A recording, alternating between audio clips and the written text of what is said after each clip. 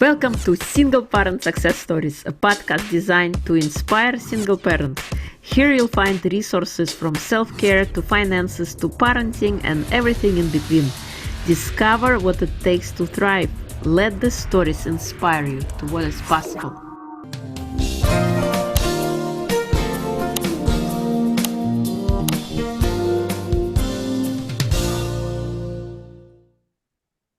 Hello and welcome to Single Parent Success Stories. Today I have a special guest, Joanne Grineage, joining me from Toronto, Canada. She's a single mom of 7. She's had an incredible life. She's also a wellness and healing coach, and she had an incredible life of experience that she was able to turn her pain into passion. Welcome, Jo. It is a pleasure to have you.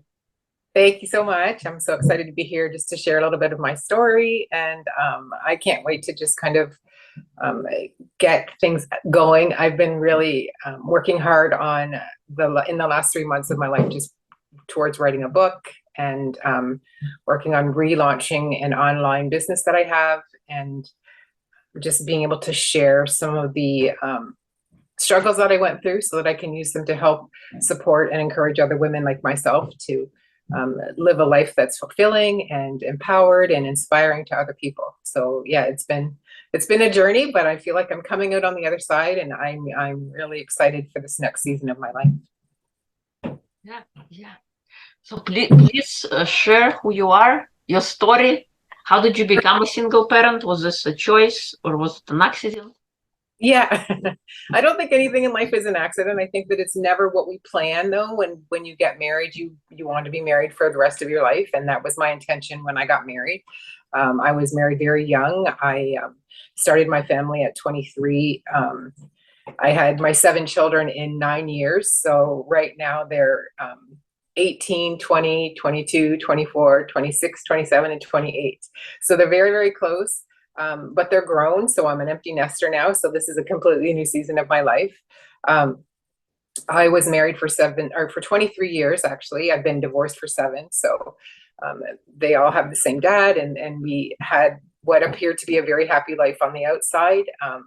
But on the inside, there was not as much happiness. I think there was infidelity in the relationship, which was a struggle from early on in our marriage. And my ex came from a family where his father was not faithful to his mother. So it was something going into the marriage that I kind of knew. It was one of those red flags that I actually, I feel like I might have manifested this happening, because I knew that tendency might be there, but was just praying that was not going to be the outcome. But unfortunately, that's what happened. And so I'm very involved in my church and in my church family, and even growing up, the implication when you're in a relationship where things go bad is that you reconcile and you work on things so that you can make them better. And so for 20 more years, I stayed in the relationship, and things continued to happen that weren't, okay, but I just allowed them because I felt like I was obligated to. And one of the crucial moments that happened in the relationship was after the first episode of infidelity. I actually called his mom and asked her for some support, and I let her know what was going on. And the first thing that she said is, "That's what men do." And that was kind of implanted inside of me, and I shut down. And it was one of those things where you felt like you were reaching out for help, and it was just the complete opposite of what I wanted to or needed to receive. And I don't blame her for that, because she lived through that and still is, right, married to the same person that cheated on her. So I understood why she said it, but I'm frustrated now looking back that I took it to heart and didn't share it with anyone else. I didn't even tell my own family until many, many years later. And in the midst of all of that, it kept happening. So it wasn't until my oldest daughter started dating that I started feeling so hypocritical for being in a relationship where I was not being treated fairly, and thinking that was okay. And it's like, would you want one of your daughters to be in a relationship where they allowed someone to treat them this way? And it was kind of like a veil was lifted off my eyes, and I was given permission to say to myself, like, you're her mom and you don't want her to be struggling and hurting in a relationship. You want whoever she's with to love her completely and not to be with someone else. And so this is your opportunity to demonstrate that, even though, like, we were really good at hiding anything that was going on. My kids never saw us fight. They never knew there was a disagreement between us. They didn't know there was any infidelity. And it was only until recently that I shared a good portion of that with my girls, because I just felt like I never wanted to compromise their relationship with their dad. I never wanted them to have any ill feelings towards him. I wanted them to build a relationship with him, regardless of what he had done to me. And I knew that would be hard if they knew all of the details of what had happened. And then in the midst of that, I never want to appear like I was the perfect wife. Like, I think that that's one of the things where sometimes when we talk about our past hurts and what we've gone through, when you're being hurt, you sometimes lash out. I wasn't always communicating in a healthy way. I was frustrated sometimes, and would reach out to other people and try to share my hurts with them, which was not what I should have been doing. And I had a lot, like, I homeschooled my kids. So I was home with them all day. I was working jobs kind of in between and trying to pretend like I had it all together. But meanwhile, my heart was breaking inside because I knew I was compromising who I was. It went against everything that I internally knew was a healthy relationship. And I think to kind of continue on, it's important that I share that when I was younger, as many of us unfortunately were, I went through an abusive situation in my family, in my home. There was incest involved. And so I never really learned how to love in a healthy way. I thought that love was something that you kind of had to sacrifice. You had to give something up. It had to hurt in order for you to get love in return. And that's something that I've carried with me for many, many years. And I'm just now recognizing and learning how that core memory, how those things that happened to me when I was such a little girl have affected the choices that I've made with relationships for my entire life. So when I met my ex-husband, it was like, finally, I can make somebody love me and, just do whatever it takes, take whatever pain I have to keep this relationship going.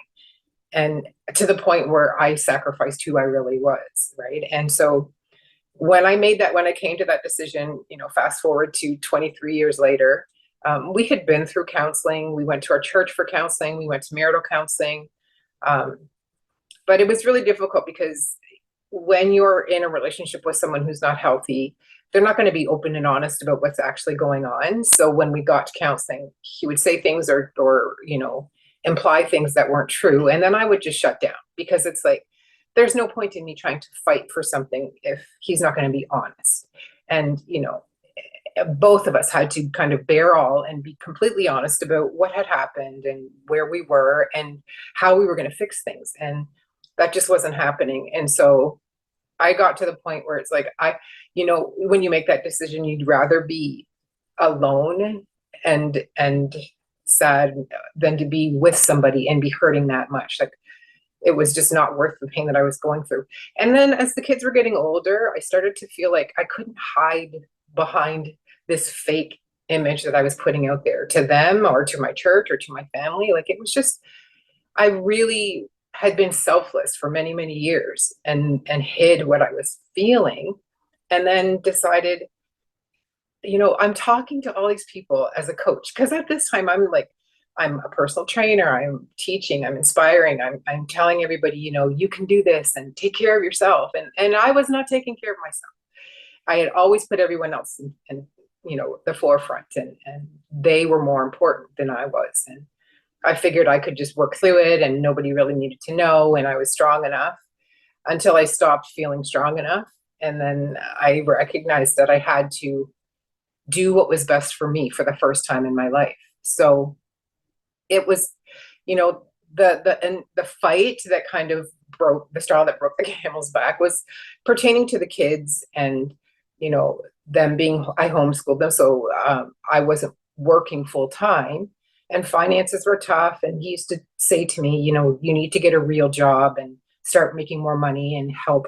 And I'm thinking like, what I'm doing is a real job. Like I'm at home and I'm working and I'm raising your kids and it was so belittling and it felt like just such a blow to my self-esteem to be told that what I was doing was not sufficient, in his eyes. And, you know, raising your kids and homeschooling your kids is an invaluable asset that you're pouring into their lives. And I was still working on the side and doing boot camps for free at night. And I was just trying to really do as much as I could, but I wasn't bringing in a lot of money. And that was frustrating for him.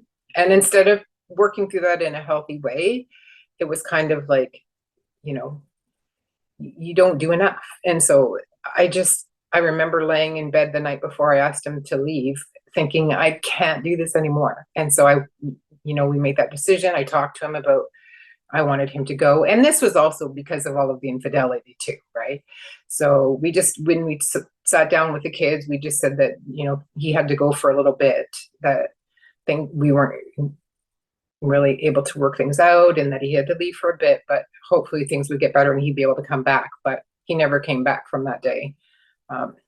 He left and he ended up going to stay with my family, which was devastating on my end because I think it really kind of tore apart a bond that I had with my family.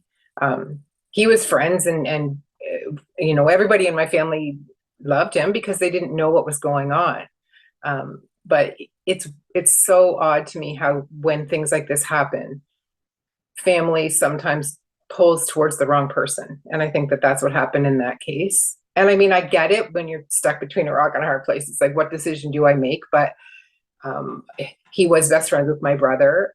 And that's not where he went, but he went to one of my brother's sons. So it was my nephew's house where he went to stay, but he was best friends with my brother growing up and then continued on with that relationship. And that relationship with my brother and I is very strained now because I feel like, that got kind of pushed to the side. And I'm not sure now if they're even talking or friends, but I think one of the things that is so frustrating as a woman that has experienced some of the things that I've gone through is that in my life growing up, the shame that was kind of placed on me from a little girl about what had happened and the inability for us to communicate as a family openly about it. Like I was just basically told to shut up about it and, don't talk about what goes on behind our four walls. That was what was taught to me. And that lack of communication has carried on throughout our siblings and with my parents up and until this day. And so just me trying to go to them and talk to them has never really happened. Like in 7 years, they've never come to me and asked me, anything about the divorce or if I'm okay, or do I need help with the kids or, just none of that has happened. And so that has been my biggest struggle, but that's where I feel like I need to step up and say to people, there is no excuse for that. And we don't have to bear that weight of other people's inappropriate behavior or wrong reactions. Sometimes people just don't know how to react or how to act when things like this happen. But then we take that on, right? As moms who we look like we failed at everything and we are the reason why it happened, or for whatever reason, it doesn't matter. It's like you need to just support people and love people through these difficult times and ask, just ask, do they need you? Do they want anything from you? And not even, I think a lot of times the confusing thing is people think you want their money. It's not the finances that I want. It's just an open ear, somebody that's going to just sit and listen actively and say, I hear you. And I feel bad that happened. And acknowledging that, you've been through something that was very wrong. And I didn't get that when I was little through the abusive situation. And I haven't gotten that since the divorce. And even since I've been through a couple of really straining narcissistic relationships. And I've reached out to my family to try to share. And it's like, basically you made that choice, so you live with the consequences. And it's like, I don't need anybody, like I condemn myself enough.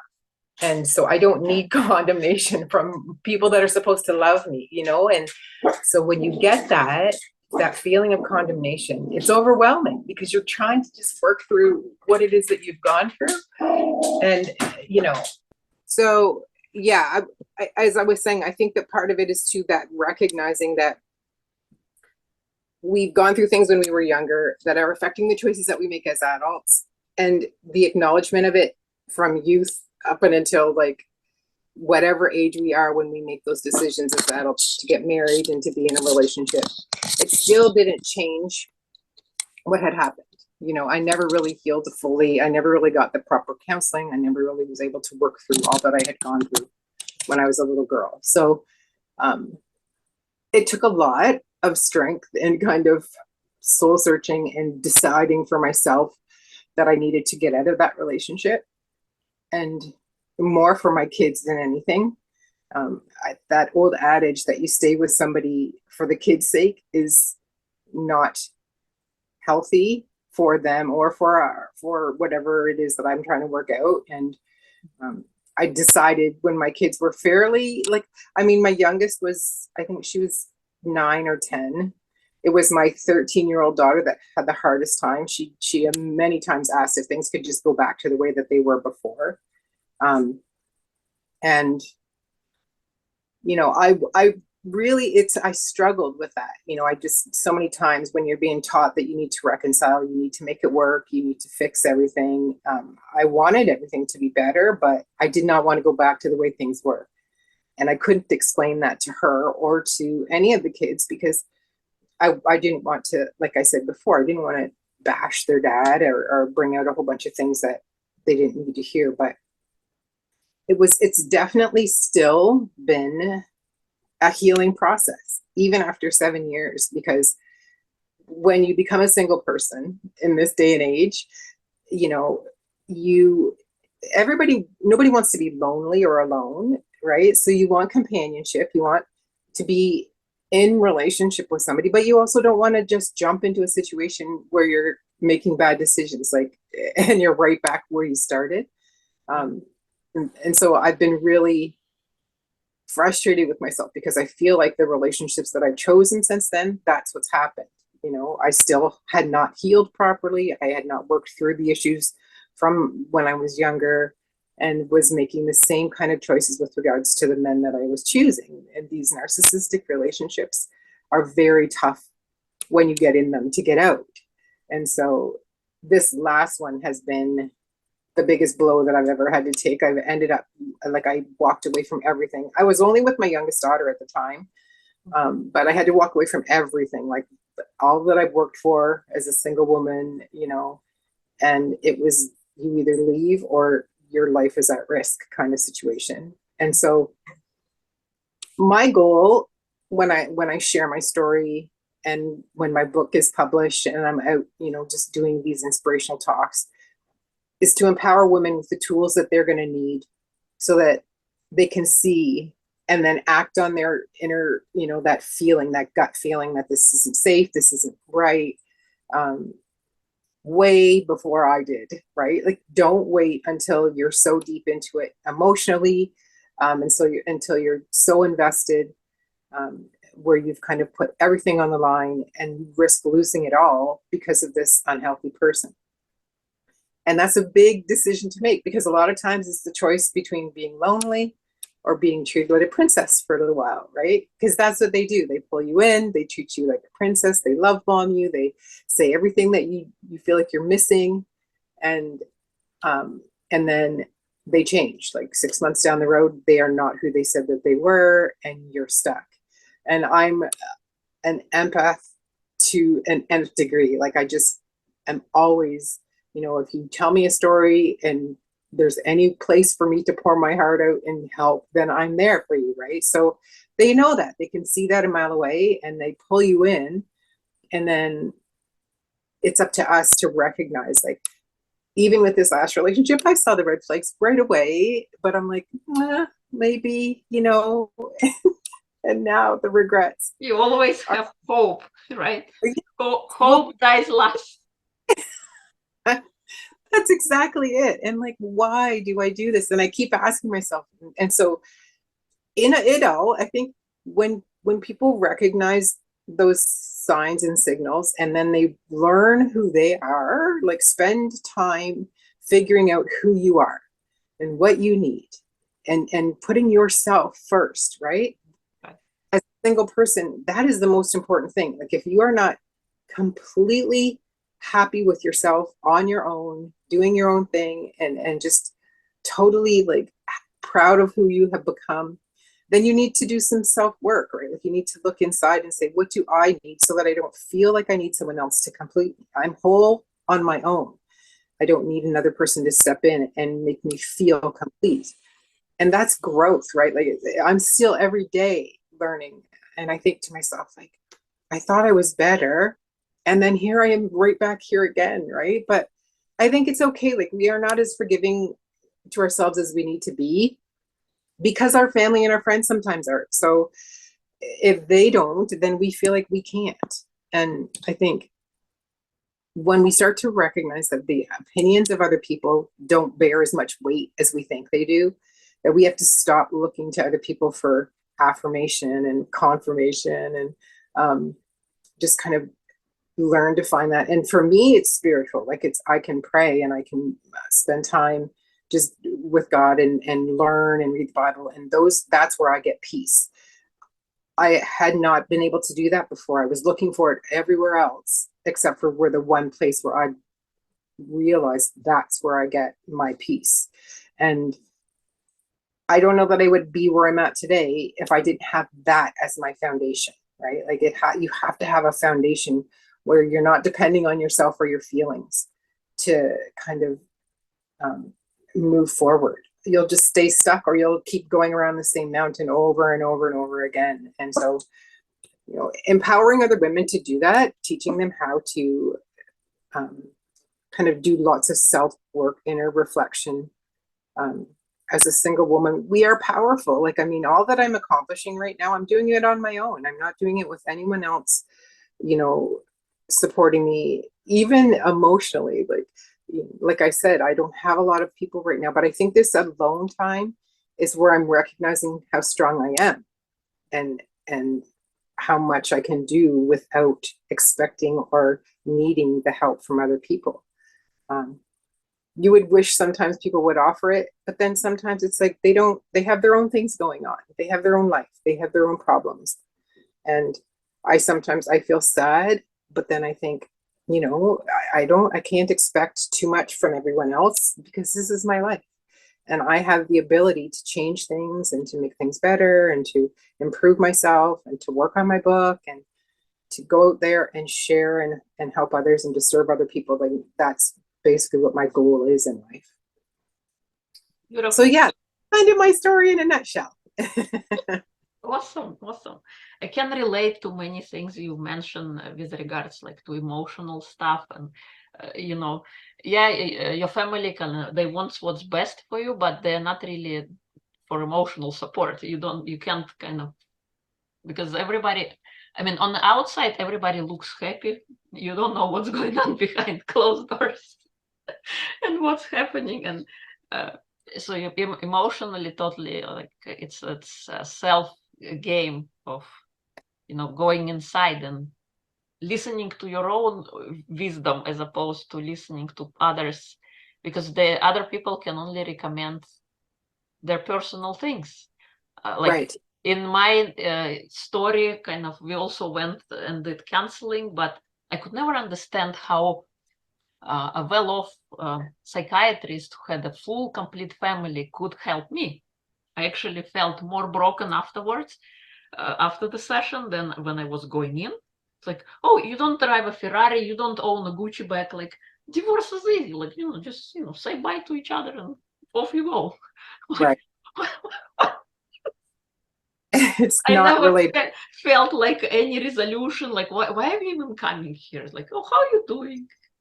Like, you're not really helping. Yeah, you're earning your pay. I mean, whatever. But I don't feel any better. I feel right. worse.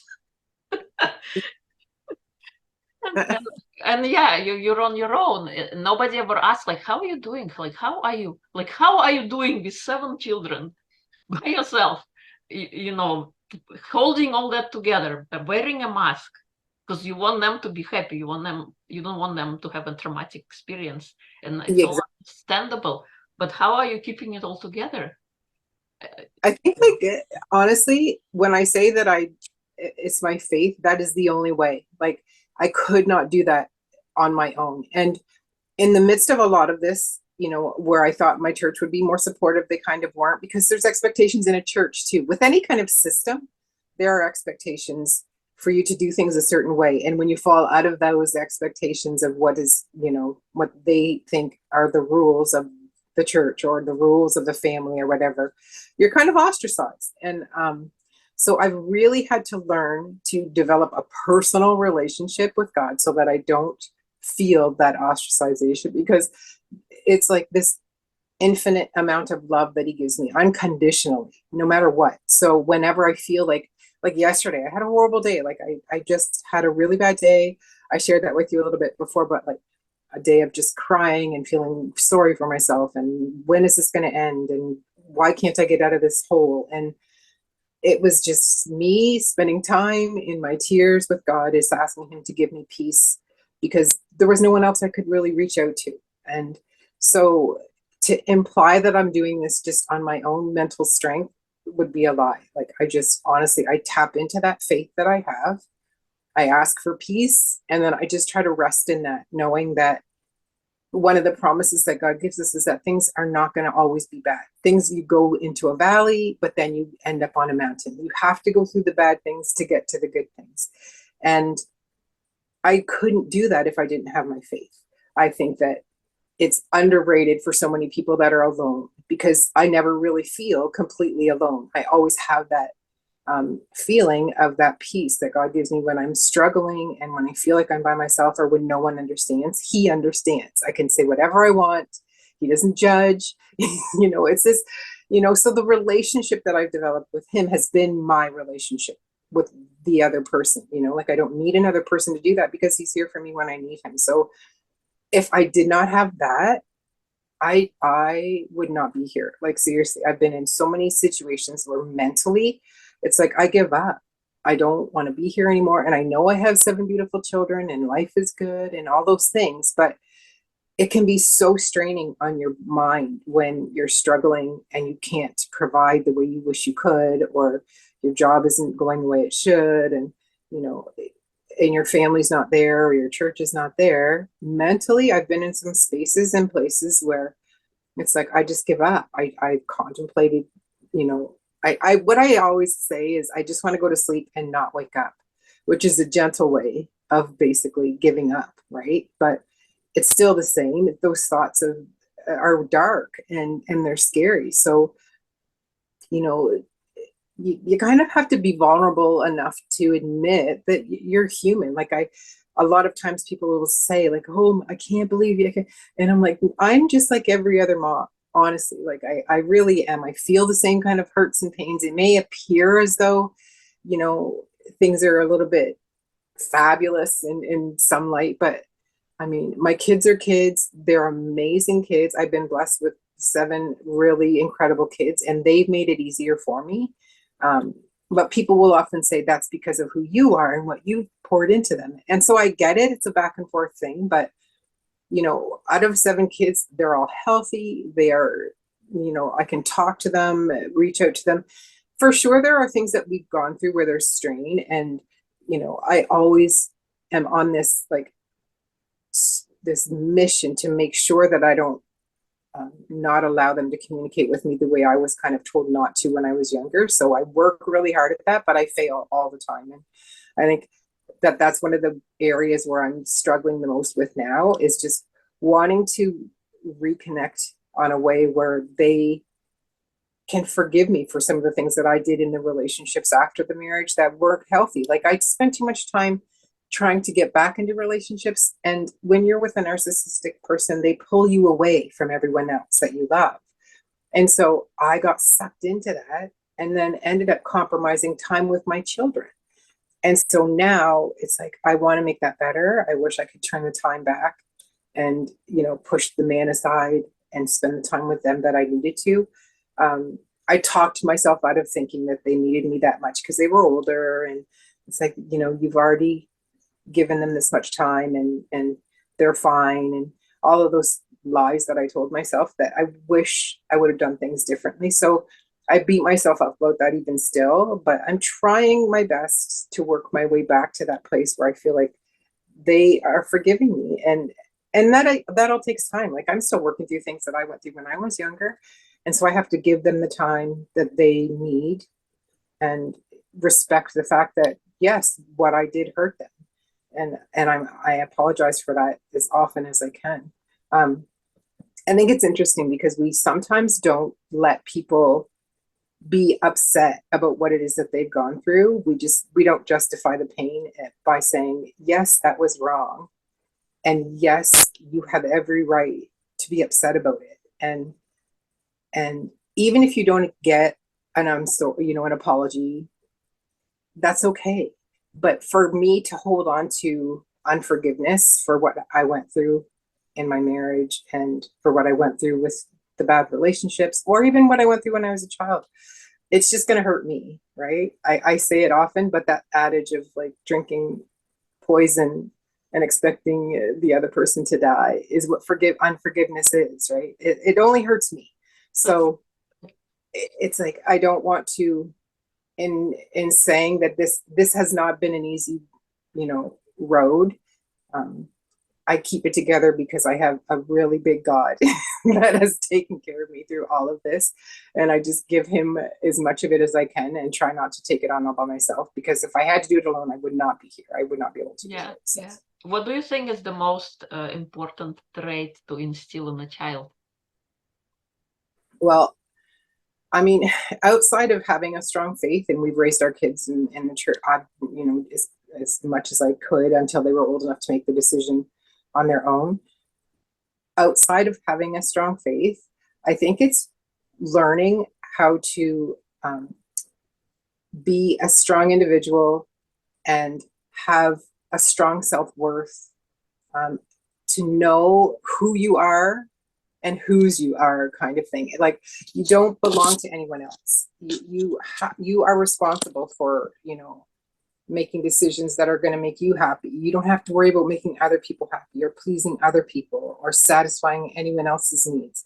It's like, I did that for so long. I put everyone else at the forefront and neglected my own inner self. And now I'm just doing damage control. Like, I have to go backwards. And if you can get into that place where you understand that people are going to love you for who you are, you don't have to put up a front or pretend on the outside and then go home and then shut the door and be sad because it's not really who you are. It's a tough thing in our society, raising kids in a world where there are so many expectations and so many filters and fake people, and it's hard to step out there and be who you really are and make yourself vulnerable enough to be honest about that.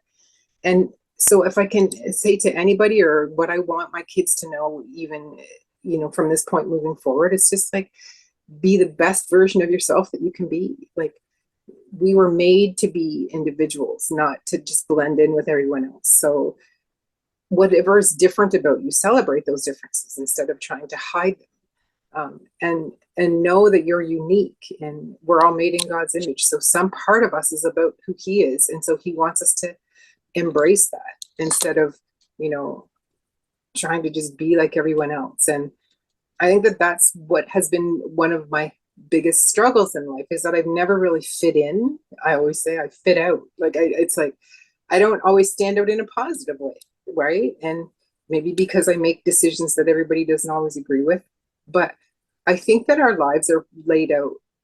It's a predestined situation. It's going to happen, right? And you got to go through sometimes things that you wish you didn't have to go through. But if you're authentic to who you really are from the inside out, it stops you from having to, just kind of lay down and accept things that aren't acceptable. Or Like I knew right from the beginning of the marriage that I was letting things happen that I didn't want to happen. But I was just like, everybody is expecting that we reconcile and nobody really knows. So I'm going to pretend like everything is fine. And, that pretending was painful. Like it hurts to have to pretend that you're happy when you're really not, right? And even now, pretending that what happened when I was younger, like forgiveness isn't in the same category as acknowledging pain and recognizing that it still hurts because it was never healed properly. I never was able to be given the opportunity to say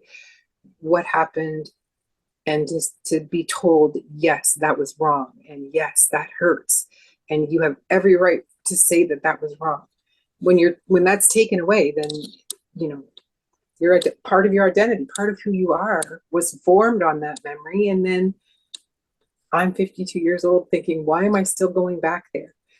But learning now that the more I come into who I am and the more I'm authentic about who I am, and the things that hurt me, the things I love, the happier I've become, the more at peace I have become, because I'm not trying to be something that I'm not, right? So Yeah. I guess that's a twofold answer.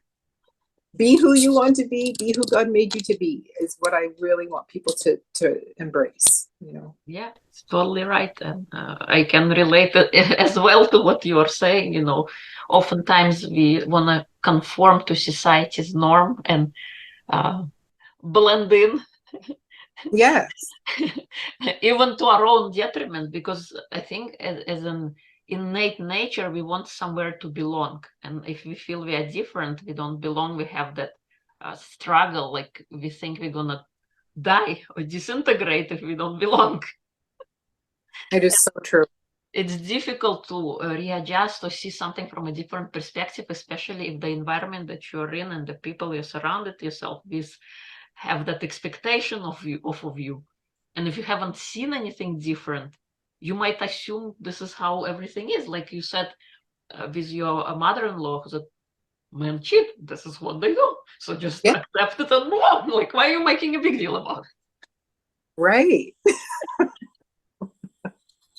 But why do I have to agree with you? Like we can all have different set of opinions, and what's true for you might not be true for me. Why do I have to compromise myself? And I know, like when we come into a relationship, it's two different people coming from different set of values and beliefs and we gotta compromise on some things. But if something goes against your core belief, against your core nature, you gotta speak up. You cannot stay silent, because what happens when we don't listen to those little bells in our head, those warning signs?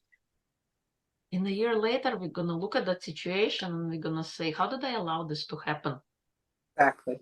Because it's kind of, yeah, it's the same thing, and you kind of mold into that other person that you're with, your partner, and you lose a sense of who you are, what makes you. For myself, I've been in a relationship for 9 years, Yeah. and we knew each other for 15, but then you kind of melt together, and I didn't know who I any longer was. I was someone else's wife, someone else's mom, but who was I no longer knew. So just like yourself, I started rediscovering more, who am I, what makes me me, and what do I like, what do I dislike, how do I move forward? Because we have also that conception that we cannot leave the marriage even if it's not working, because we think, how am I going to survive on my own? Yeah. You have that security that you're holding on to, even though it's painful, even though it hurts, but it is a known pain, as opposed to a fear of something unknown and scary that could come, that you don't even know what the worst thing that could happen that I can expect and prepare for. And when you're how you call it, on your own, you also you again, you want to fit in, but if Yes. people around you are all married and they're all happy, you feel like an outlier. I felt my friends like dropping like flies. Because a lot of times, you create friends as a family, so you're together, and now Yeah. you're on your own. You gotta start kind of like going back like to the kindergarten. You gotta create new friends, you gotta create new habits, new routines, and kind of learn how to walk again, so to speak. Yeah. It's so true. It's so true. And don't you think like we can relate?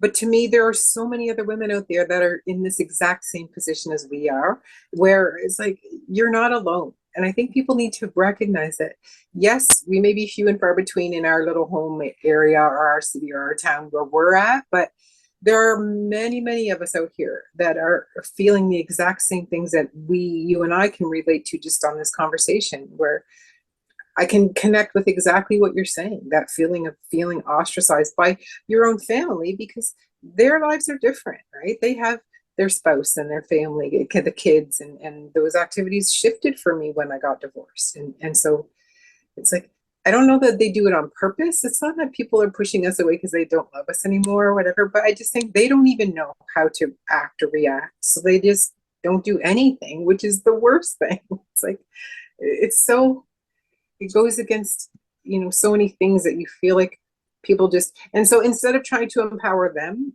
it's my job, I think, to empower us. Like, we need to recognize it. We have to do it for ourselves. We can't expect other people to step in and make us feel better or Yeah, do whatever. you gotta be your own cheerleader. You really do. You have to pat yourself on the back sometimes. And even for the simple things, like, yes, today I got out of bed, I got dressed, I got in the shower, whatever. Like, those sometimes are difficult for people who are going through hard times. And we don't give ourselves enough credit for just the simple things. Yeah, And I think it's important, right, that we share stories like this. that's why this podcast is here. Yes. Yeah. Are there any projects you're working on that you like to share? Well, like I said at the beginning, I'm working on my book. It's just about finished, but it's funny.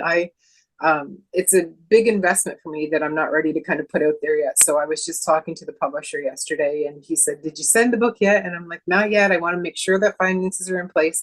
But I keep adding and adding to it. And I'm like, I need to stop this one and then start the next, because I probably have in my head, I could just keep writing and writing, but I journal to heal, right? I write as I'm going through things as a healing process, just to put it on paper.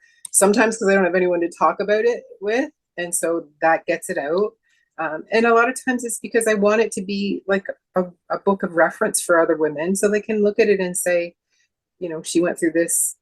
And so this is how she got out of it, or this is what she used to make her feel better, whatever. So that's a big project that's like in the next couple of weeks, we're hoping that it gets launched. And then I'm also working with two other personal trainers. We're relaunching my Let's Get Fit Together website, which is a page for people that are working on their total well-being, their total healing and wellness. And it'll be offering like personal training online. So there's an app where you can do classes with a personal trainer, and then your nutrition and your fluid intake, your supplements. And then my portion in that is the foundation of it, which is the mental mindset healing, the faith-based healing, the financial healing, because I'm also an insurance broker, so I can help people with their finances. And in my book, I share a bit of the story about getting in a car accident and being unable to work and run my gym. So I ended up getting insurance, license to sell insurance, so that I could help other women, single women like us who are sole proprietors, so that they're protecting their finances, because that's a very important part of being healthy too. Like, when you don't have enough money to take care of yourself or your family, it's a very devastating place to be in. And a lot of times women stay in relationships because they're not financially able to take care of themselves. So having the right things in place so that you're saving and you're investing and you're properly managing your money is part of health and wellness that I really want to add as part of my program. So there's 7 words in our program that we use, that we focus on: food, family, faith, fitness, fun, fluid, and finances. And those all kind of make the program. So we're actually meeting at the end of the day to kind of talk about getting ready to launch. The website's just about done, and then that's going to go too. So 2 really, really big things that I'm chomping at the bit to get out. I know once that happens and once those are released, things are going to make a big turnaround, and I'm hoping to be busy. And then I had to walk away from everything, like I mentioned at the beginning, but I'm now thinking about just traveling, getting an RV and traveling all over Canada and the United States, share my story, to do motivational talks, just putting myself out there to share and promote the book, but more than anything, to be a help to other women, to inspire and empower other women with my story, and to kind of answer questions and to guide people onto the paths that maybe will help them to avoid some of the pitfalls that I kind of went through. So those are the three main things, but it's like, it's not even work to me. It's everything that I'm doing right now. I'm so passionate about, and if I am able to earn a living from it, then that's a bonus, but I know that that's what my purpose is. And so I want to live in my purpose. I want to kind of just do the things that I know I'm put on this earth to do, to help other people, to serve other people, to share my story, to inspire. You know, that's, I think, the things that are most important to me right now. So, yeah. Thank you. Thank you. Thank you so much. If people would like to learn more about you, where would they go? Well, right now, I'm on Facebook as Joe Grineage. My Let's Get Fit Together page is on Instagram. Maybe we can post under the podcast different ways. My website's not quite set up yet, so I can't even put that on here. But once that gets set up, then there'll be links on there for people to reach out. And then the availability of the book will be posted on there, and I'll constantly post it on my social media pages as well. Let's Get Fit Together is also Let's Get Fit with Joe, which is my YouTube channel. So I do have some spots here, there, and everywhere, but things were dormant for about a year. I'm just starting to put life back into them and revive kind of the things I had set aside while I wasn't in the healthiest of places. But now, you know, things are coming around. So there'll be lots of ways for people to reach out. But for now, I think the best way is to just jump onto Facebook and find me there. And then I can reach back out to you and get you set up to just talking to me. I think more than anything right now, I'm just talking to other women and getting different stories and sharing my story with them, just to encourage and to, you know, give them some inspiration. So yeah, thank you. Thank you so much for coming on and sharing your story. We'll include all the links in episode notes for sure. It was a pleasure to have you, and thank you. thank you very much. You have a great day. You too. Okay, bye-bye.